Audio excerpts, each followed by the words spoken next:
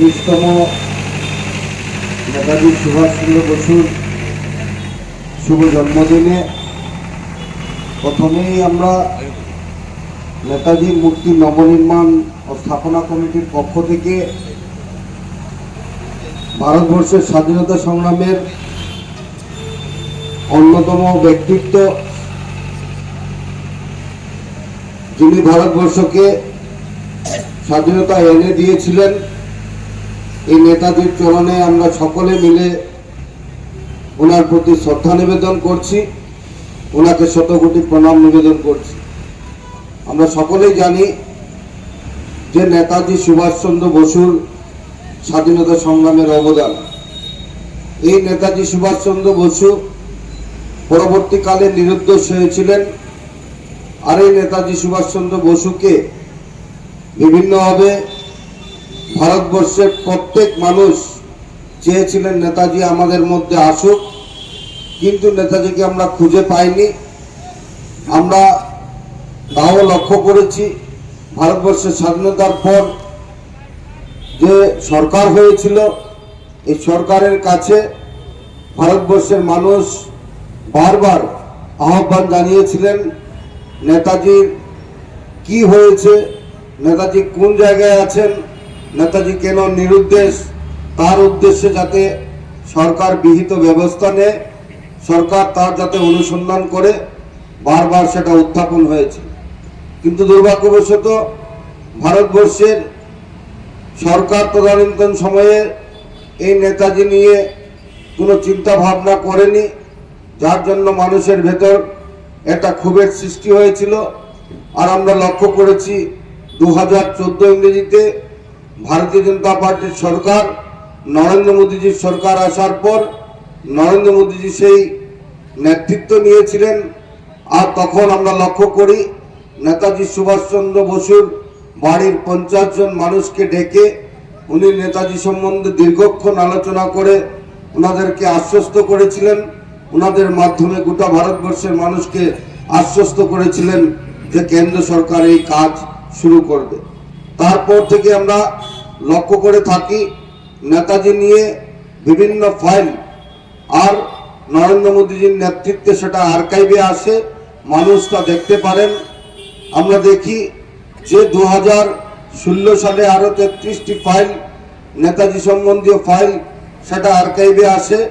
আর তারপর আমরা লক্ষ্য করি 2018-তে 100টি ফাইল আর্কাইভে আসার পর উনি নেতাজি সম্বন্ধে বলেছিলেন যে 25টি করে প্রত্যেক মাসে নেতাজি সম্বন্ধে ফাইল উন্মোচন হবে।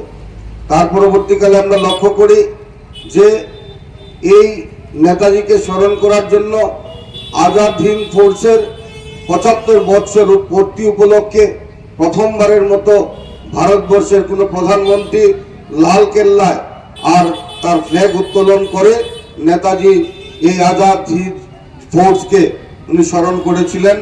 তারপর আমরা লক্ষ্য করি যে আন্দামান নিকোবর দ্বীপপুঞ্জে আর 2018 সালে আবারও এই 75 বছর পূর্তি উপলক্ষে সেখানেও পতাকা উত্তোলন হয়েছিল, আজাদ হিন্দ ফোর্সের যে পতাকা সেটা উত্তোলন হয়েছিল।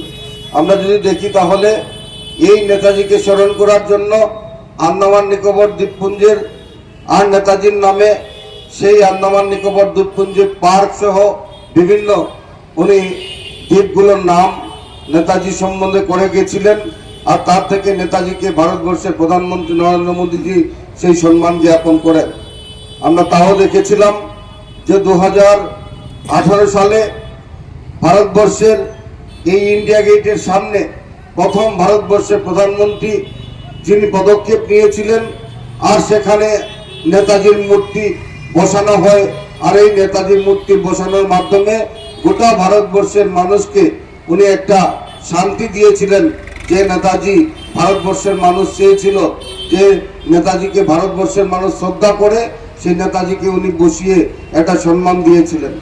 আর তারই সূত্র ধরে আজকে নেতাজির মূর্তি নবনির্মাণ ও স্থাপনা কমিটির মাধ্যমে আমরা শিলচর রাঙ্গিরখাড়িতে প্রথম নর্থ ইস্টের সবচেয়ে উঁচু, আজকে 21 ফুট উঁচু নেতাজির মূর্তি আমরা এখানে ইনস্টলেশন করেছি। আজকে সবাই মিলে আমরা এই নেতাজিকে স্মরণ করেছি। আজকে আমরা নেতাজির চরণে আমরা শতকোটি প্রণাম নিবেদন করছি। আজকে সেন্ট্রাল কমিটি, নেতাজি জন্মদিন উদযাপন কমিটি তার বিভিন্ন কার্যসূচি নিয়ে তারা কাজ করে থাকেন। আমরা লক্ষ্য করেছি বিভিন্ন স্কুলের ছাত্রছাত্রীরা সরস্বতী পূজা থাকা সত্ত্বেও আজকে মার্চ পাস্ট করে এই নেতাজিকে ওনারা স্মরণ করে গেছেন, মার্চ পাস্ট হয়েছে। আমি এখানে উপস্থিত সকলকে অনুরোধ রাখবো 9টার সময় আমাদের মাঠে এই নেতাজি উদযাপন কমিটি বিভিন্ন কার্যসূচি করবে, আপনারা সেখানে উপস্থিত হবেন। আমি শিলচর তথা বরাক উপত্যকার সমস্ত মানুষকে এই আহ্বান রাখতে চাই, আজকের দিনে যে নেতাজি মূর্তি আপনাদের সম্পূর্ণ সহযোগিতায় আপনাদের হাত ধরে সেটা প্রতিষ্ঠিত হয়েছে, মাননীয় মুখ্যমন্ত্রী ডক্টর হিমন্ত বিশ্ব শর্মা মহোদয় এই নেতাজি মূর্তি ইনস্টলেশনের সময় এসে ওনার হাতে সেটা শুভ শিলান্যাস করে গেছেন। এই মূর্তিতে আসুন, আপনারা মূর্তির পাদদেশে এসে নেতাজির চরণে আপনারা আপনাদের শ্রদ্ধা নিবেদন করেন।